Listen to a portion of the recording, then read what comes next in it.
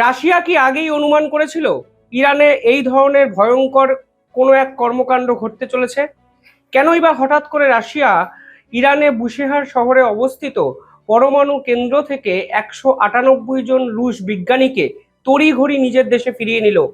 আর এরপরেই ইরানে ভয়ঙ্কর হামলা চালালো আমেরিকা, এবং সেই হামলায় ইরানের গোয়েন্দা প্রধান মৃত্যুবরণ করলেন।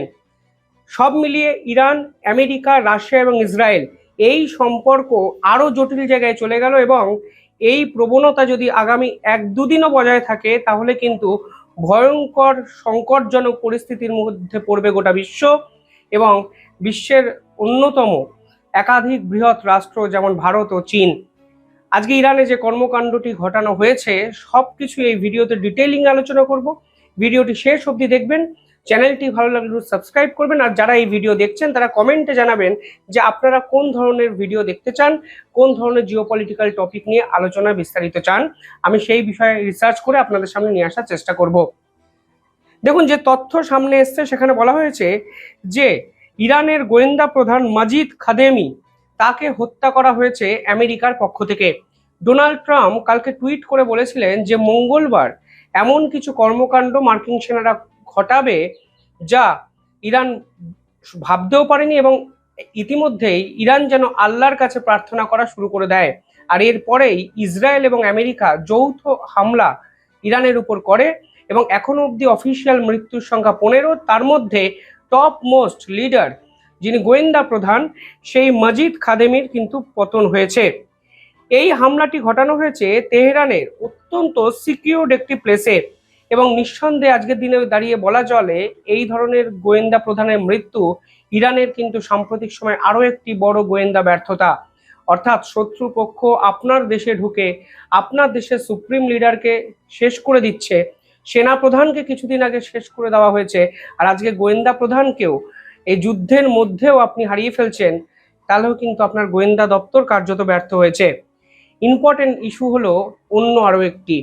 গোয়েন্দা প্রধানের মৃত্যুর কিছুক্ষণের আগেই রাশিয়া একটি অফিসিয়াল নোটিফিকেশন জারি করে, যারা ইরানে রুশ বিজ্ঞানী হয়ে বিভিন্ন পরমাণু কেন্দ্র কাজ করছে তাদের উদ্দেশ্যে। স্পেশালি হঠাৎ করে রাশিয়া জানায় যে তারা বুশেহার শহরে ইরানের যে নিউক্লিয়ার প্ল্যান্ট আছে সেখানে যে 198 জন রুশ বিজ্ঞানী কর্মরত তাদেরকে দেশে ফিরিয়ে নেওয়া হচ্ছে। এবং কেন এই তড়িঘড়ি প্রস্থান, সে বিষয়ে কিন্তু একাধিক ব্যক্তি একাধিক প্রশ্ন তুলেছিলেন। একটা জিনিস পরিষ্কার হয়ে যাচ্ছে যে রাশিয়ার কাছে কিন্তু এই ধরনের বড় হামলার কোনো না কোনো ইনফরমেশন ছিল, যে ইনফরমেশনের জন্য তারা তাদের যে মানুষ, তাদের দেশের যে নাগরিক বিজ্ঞানী তাদেরকে প্রোটেক্ট করতে চেয়েছে। অর্থাৎ হিউম্যান শিল্ড হিসাবে কাজ না করার কৌশল এখানে রাশিয়া নিয়েছে।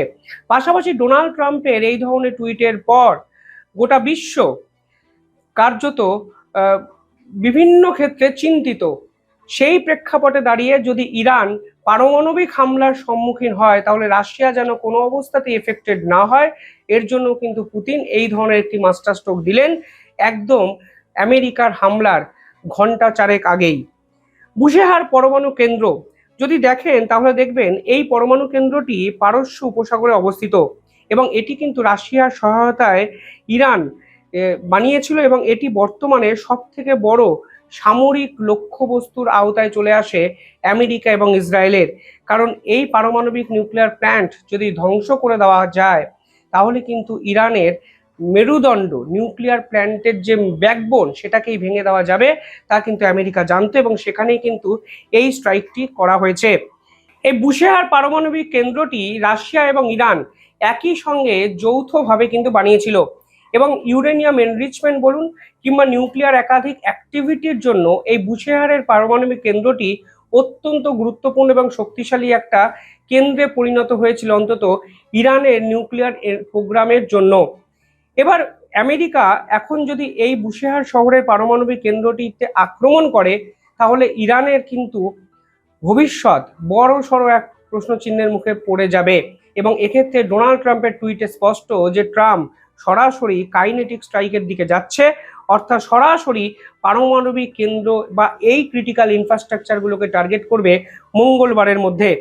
এর ফলে যেটা হতে পারে সেটাকে বলা হচ্ছে কুলিং ফেইলার, অর্থাৎ বিদ্যুৎ সংযোগ বিচ্ছিন্ন হয়ে যাবে, এবং বিদ্যুৎ সংযোগ যখন বিচ্ছিন্ন হয়ে যাবে তখন ফুকুশিমা স্টাইলে মেল্ট ডাউন হয়ে যেতে যদি শুরু করে নিউক্লিয়ার প্ল্যান্টগুলো, তাহলে সব থেকে বড় বিপজ্জনক এক ঝুঁকিপূর্ণ এক অবস্থা তৈরি হবে।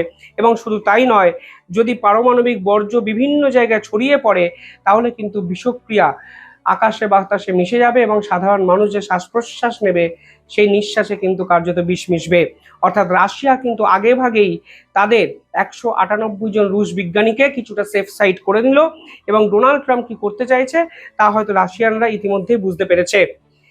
যদি নেতৃত্বের সংকট নিয়ে আপনি ইরানের বর্তমান অবস্থাটাকে একটু স্টাডি করেন তাহলে বুঝবেন গোয়েন্দা প্রধানের মৃত্যুর পর ইরানের কাছে কিন্তু অবশিষ্ট খুব একটা শক্তিশালী নেতা আর থাকলো না।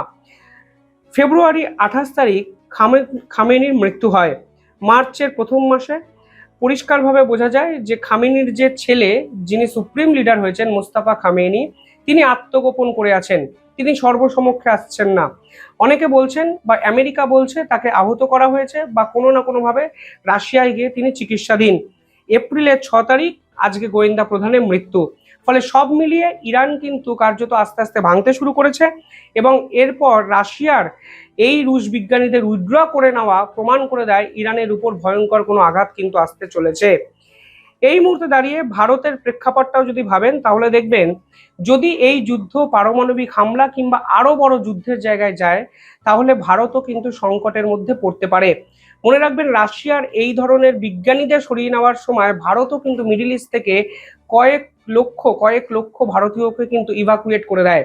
অর্থাৎ ভারত এবং রাশিয়া স্পষ্ট বুঝতে পারছে যে মিডল ইস্টের পরিস্থিতি কিন্তু আরো খারাপ জায়গায় চলে যাচ্ছে। এই মুহূর্তে দাঁড়িয়ে যদি ইরানের ইনভেস্টমেন্ট পরিকল্পনা ভাবেন তাহলে দেখবেন ভারত অলরেডি চাবাহার পোর্টে $1 বিলিয়ন ইনভেস্ট কিন্তু করেছে। শুধু তাই নয়, ডায়াসপোরা সেফটিতে ভারত কোটি কোটি ভারতীয়কে বর্তমানে ডিপ্লয় করেছে বিভিন্ন কর্মসংস্থানের জন্য। এমনকি রেডিয়েশন উইন্ড এই মুহূর্তে যদি পশ্চিম উপকূলে ছড়িয়ে পড়ে তাহলে কিন্তু ভারতের মতো বিভিন্ন বিশ্বের দেশও বা তাদের নাগরিকরাও কিন্তু বিপদে পড়বে। এই প্রেক্ষাপটে দাঁড়িয়ে সব থেকে বড় ধাক্কা খেতে পারে হরমুজ প্রণালী এবং বিশ্ব অর্থনীতি। যদি এই যুদ্ধ পারমাণবিক যুদ্ধের দিকে যায়, যদি এই যুদ্ধ আরো ভয়াবহ জায়গায় যায়, যদি রেডিয়েশন বিভিন্ন জায়গায় ছড়িয়ে পড়ে তাহলে কিন্তু স্ট্রেট অফ হরমুজও বড় সড় বিপদে পড়বে এবং বিশ্ব অর্থনীতিতে সরাসরি ধাক্কা খাবে। এবং মনে রাখবেন যদি ভারতের দিকটা পর্যালোচনা করা যায় তাহলে ভারত তাদের যে তেল, সেই তেলের 85% কিন্তু আমদানি করে বহির্বিশ্ব থেকে। যে গ্যাস এলএনজি তার 40%-এর বেশি কিন্তু আমদানি করা হয় স্ট্রেট অফ হরমুজকে কাজে লাগিয়ে। এলপিজি 45%-এর বেশি এলপিজিকে আমদানি করা হয় স্ট্রেট অফ হরমুজকে কাজে লাগিয়ে। ফলে ইরান কিন্তু কোনো অবস্থাতেই স্ট্রেট অফ হরমুজের কন্ট্রোল হাতছাড়া করতে চাইবে না, তাদের গোয়েন্দা প্রধানের মৃত্যুর পরেও, ডোনাল্ড ট্রাম্পের ভয়ানক কাইনেটিক স্ট্রাইকের পরেও। ফলে স্ট্রেট অফ হরমুজকে কেন্দ্র করে ফের যুদ্ধ কিন্তু ঊর্ধ্বগতিতে ঊর্ধ্বমুখী হবে, এবং সেই পার্টিকুলার জায়গায় বিপদে পড়বে ভারত এবং ভারতের মতো ইউরোপের একাধিক রাষ্ট্র।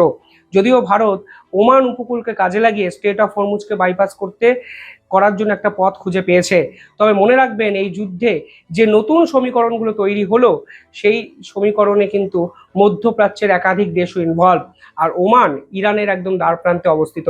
ফলে এই যুদ্ধ যদি আরো ভয়ানক আকার ধারণ করে তাহলে মধ্যপ্রাচ্যের অহংকার অর্থনীতি, সেই অর্থনীতি তো ভেঙে পড়বেই, সেই মধ্যপ্রাচ্যের সামরিক শক্তিও কিন্তু বড় সড় চ্যালেঞ্জের মুখে পড়বে।